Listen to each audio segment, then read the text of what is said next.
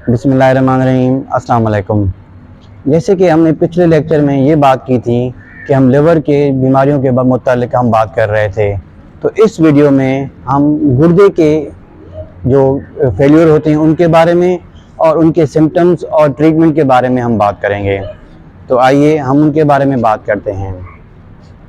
क्या आपको ये बात मालूम है कि हमारी किडनीज़ हमारे लिए बहुत ही अहम है, क्योंकि वो हमें क़ुव्वत मुदाफ़अत बख्शती हैं। इनके अलावा बहुत से मेडिसिन्स हैं जो हमारे गुर्दों में से ही वो खारिज होती हैं।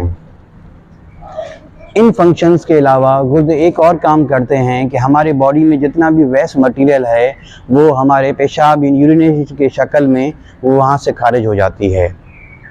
ये तो थे कुछ चंद बातें जो गुर्दे हमारे लिए करते हैं। अब आएँ वो बातें देखें कि गुर्दे किस वजह से फेलियर की तरफ जाते हैं। उनमें सबसे पहले आजकल जो सबसे ज़्यादा कॉमन है वो है ब्लड प्रेशर, जिसे हम साइलेंट किलर भी कहते हैं। एक है ब्लड प्रेशर, दूसरा है डायबिटीज़। अगर किसी को भी अनकंट्रोल डायबिटीज़ है तो वो कुछ अरसे में ही गुर्दे मुतासिर होना शुरू हो जाएंगी। कुछ ऐसे भी अफराद हैं जिनके यहाँ रिकरेंट किडनी स्टोन्स, मतलब गुर्दे की पथरियाँ बार बार होना। तो अगर ये सारी चीज़ें जिनके साथ भी हो रही हैं तो अनकरीब उनके गुर्दे फेल होने की तरफ जा रहे होते हैं। इसके बाद हम बात करेंगे साइन एंड सिम्टम्स कि वो कौन सी अलामात हैं जिसकी वजह से गुर्दे फेल हो जाते हैं।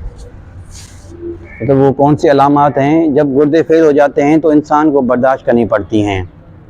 बदकिस्मती से जब भी गुर्दे 60 से 80% तक ख़त्म हो जाते हैं तब तक कोई भी, उन सब में ये है कि वोमिटिंग और नोज़िया मीन्स मतली होना और उल्टी होना आम हो जाती है। उनके अलावा जिस्म में सोजिश होना, जिसमें हाथ और पाँव का और स्पेशली मुंह मना फेस का होना, ये बहुत ही आम है। इन अलामात के अलावा जो बहुत ही एक स्ट्राइकिंग अलामात है कि पेशाब में झाग बनना, कि जब भी इंसान पेशाब करता है तो वहाँ पे झाग सी बन जाती है। अगर ये अलामात आपको महसूस हो रहे हैं तो लाजमी है कि हम जाके डॉक्टर साहब को दिखाएं। ठीक है। अब देखिए, जब भी गुर्दे फेल होते हैं तो दो ही रास्ते हमारे पास बचते हैं। एक, हम डायलिसिस की तरफ जाते हैं, दूसरा रीनल ट्रांसप्लांट की तरफ जाते हैं।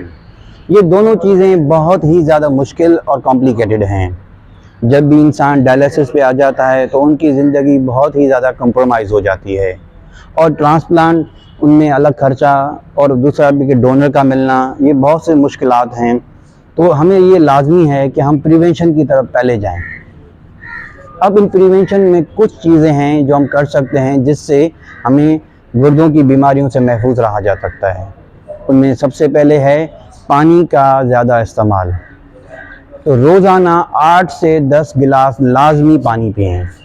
अक्सर ये हमें देखा गया है कि सर्दियों में लोग पानी पीना बहुत कम कर देते हैं और गर्मियों में भी जब भी प्यास लगती है तो पीते हैं। इस चीज़ को हमें ख़त्म करना है और पानी का इस्तेमाल अच्छे तरीके से हर वक्त करते रहना चाहिए। थोड़ा थोड़ा ही पिएं, लेकिन पीना लाजमी है।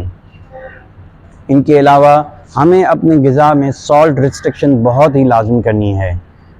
अक्सर ये देखा गया है कि लोग चटपटे खाने के शौकीन होते हैं तो वो नमक का इस्तेमाल बेधड़क और ज़्यादा करते हैं।